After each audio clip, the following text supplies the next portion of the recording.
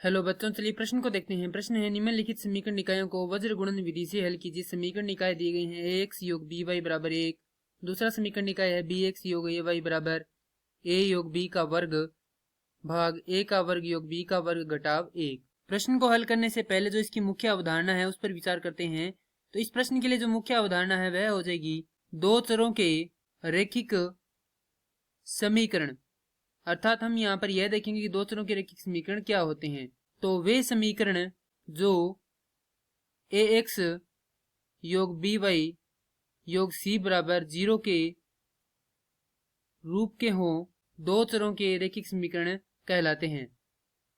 तो यहाँ पर हमारे पास समीकरण हैं ax योग by बराबर 1। दूसरी समीकरण है bx योग ay बराबर, इस समीकरण को थोड़ा हल करके लिखते हैं तो यहाँ पर लघुत्तम आएगा हमारे पास a का वर्ग योग b का वर्ग, अब ऊपर है a योग b का वर्ग। इसे हल करके लिखेंगे तो हमारे पास आएगा a का वर्ग योग b का वर्ग योग 2ab घटाव, यहाँ पर लघुत्तम लिया है तो यहाँ पर ये इसका क्या हो जाएगा, द्विगुणा हो जाएगा। तो गुणा होगा तो यहाँ पर आएगा a का वर्ग घटाव b का वर्ग।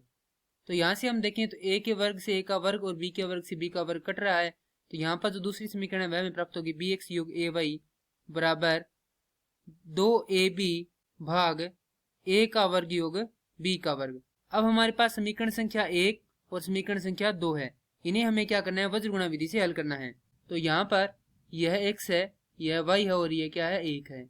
यहाँ पर b1 b2 c1 c2 a1 a2 और फिर से b1 और b2। तो ये जो हमारे पास प्रारूप है इसमें कुछ इस प्रकार से वज्र गुणा करके x व y के मान निकाले गए हैं।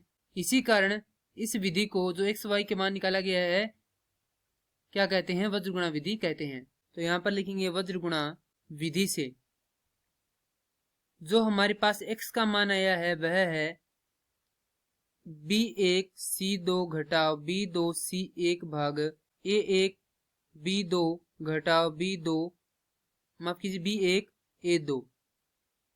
अब हमारे पास a b व c इनके मान निकालने हैं। तो हमारे पास यहाँ पर एक समीकरण है जो कि हमने मुख्य अवधारणा में निकाली थी ax योग by योग c बराबर 0। तो यहाँ से प्रथम समीकरण के लिए हमारे पास a है वह क्या होगा, a1 होगा। द्वितीय समीकरण के लिए होगा a2, b का मान हमारे लिए होगा b1 और b2 और c का मान होगा c1 व c2। अब यहाँ पर निकालेंगे इनका मान। तो यदि हम तुलना करते हैं तो हमारे पास मान आएगा a1 का a, a2 का मान आएगा b, क्योंकि इनका जो x है उसके गुणा में यहाँ पर b है और यहाँ पर क्या है, a है। उसके बाद b1 का मान आएगा b और b2 का मान आएगा a। c1 का मान आएगा हमारे पास ऋणात्मक 1, क्योंकि यहाँ पर यह क्या है, 1 है, इसका इधर पक्षांतरण करना पड़ेगा तो ये किसका होगा, ऋणात्मक का हो जाएगा। उसके बाद c2 का मान भी इसी प्रकार से क्या आएगा, ऋणात्मक 2ab भाग a का वर्ग योग b का वर्ग। अब हम क्या करते हैं, यह मान इस समीकरण में रख देते हैं। तो हमारे पास x बराबर आएगा यहाँ से, क्योंकि यहाँ पर b1 का मान कितना है, b है, तो यहाँ पर आएगा b गुणा c2 का मान है हमारे पास ऋणात्मक 2ab भाग a का वर्ग योग b का वर्ग घटाव b2 का मान है हमारे पास a गुणा c1 का मान है हमारे पास ऋणात्मक 1 भाग में a1 का मान है हमारे पास a, b2 का मान है a। तो यहाँ पर a गुणा a घटाव a2 का मान है हमारे पास b और b1 का मान भी क्या है, b है।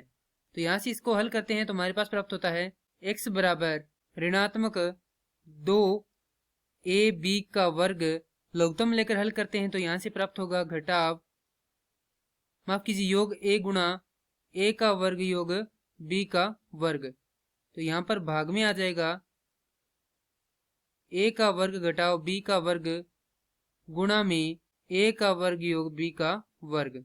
तो यहाँ से हम देखें तो x बराबर आएगा हमारे पास, a उभयनिष्ठ है दोनों में, तो a को क्या कर लेते हैं, हम बाहर निकाल लेते हैं। तो ये a बाहर आ जाएगा उभयनिष्ठ, यह बचेगा ऋणात्मक 2b का वर्ग योग a का वर्ग योग b का वर्ग भाग a का वर्ग घटाव b का वर्ग गुणा a का वर्ग योग b का वर्ग।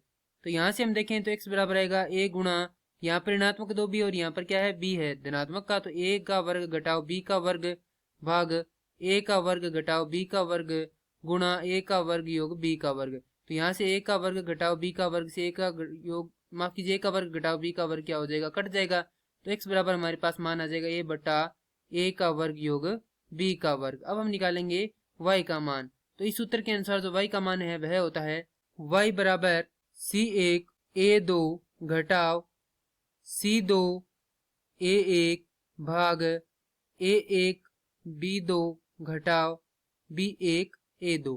अब यहाँ पर मान रखेंगे तो c1 का मान है हमारे पास ऋणात्मक 1, तो यहाँ पर लिख देंगे ऋणात्मक 1 गुणा a2 का मान है हमारे पास b, तो यहाँ पर लिखेंगे b घटाव c2 का मान है हमारे पास ऋणात्मक 2ab बटा a का वर्ग योग b का वर्ग। तो ऋणात्मक 2ab बटा a का वर्ग योग b का वर्ग गुणा a1 का मान है हमारे पास a भाग a1 का मान है a गुणा b2 का मान भी है a घटाव b1 का मान है हमारे पास b और a2 का मान भी क्या है गुणा में b। तो यहाँ से y बराबर आ जाएगा ऋणात्मक b घटाव माफ कीजिए योग 2ab भाग में a का वर्ग योग b का वर्ग गुणा में a भाग a का वर्ग घटाव b का वर्ग। तो यहाँ से यदि हम लघुत्तम लेकर हल करते हैं तो हमारे पास आएगा ऋणात्मक b गुणा में a का वर्ग योग b का वर्ग योग 2 a का वर्ग b भाग में a का वर्ग घटाव b का वर्ग गुणा में a का वर्ग योग b का वर्ग। तो लघुत्तम लेकर हल किया तो हमारे पास यह प्राप्त हुआ है। तो y बराबर यदि हम यहाँ पर देखें तो यहाँ पर क्या उभयनिष्ठ आ रहा है, b उभयनिष्ठ आ रहा है, तो यहाँ से क्या ले लेंगे b बाहर उभयनिष्ठ ले लेंगे, तो अंदर बचेगा ऋणात्मक a का वर्ग घटाव b का वर्ग योग 2 a का वर्ग। तो यहाँ पर भाग में आ जाएगा a का वर्ग घटाव b का वर्ग a का वर्ग योग b का वर्ग। हल यहाँ से हल हो जाएगा y बराबर b गुणा में यहाँ पर है ऋणात्मक a का वर्ग, यहाँ पर धनात्मक 2a का वर्ग, तो ये बच जाएगा a का वर्ग घटाव b का वर्ग भाग में a का वर्ग घटाव b का वर्ग गुणा में a का वर्ग योग b का वर्ग। तो यहाँ से हम देखें तो a का वर्ग घटाव b का वर्ग से a का वर्ग घटाव b का वर्ग कट जाएगा, तो y का मान आ जाएगा यहाँ से y बराबर a का माफ कीजिए b बटा a का वर्ग योग b का वर्ग और x का मान आ जाता है a बटा a का वर्ग योग b का वर्ग। और यही इस समीकरण के हल है। मैं आशा करता हूं कि यह प्रश्न आपको समझ में आया होगा। धन्यवाद।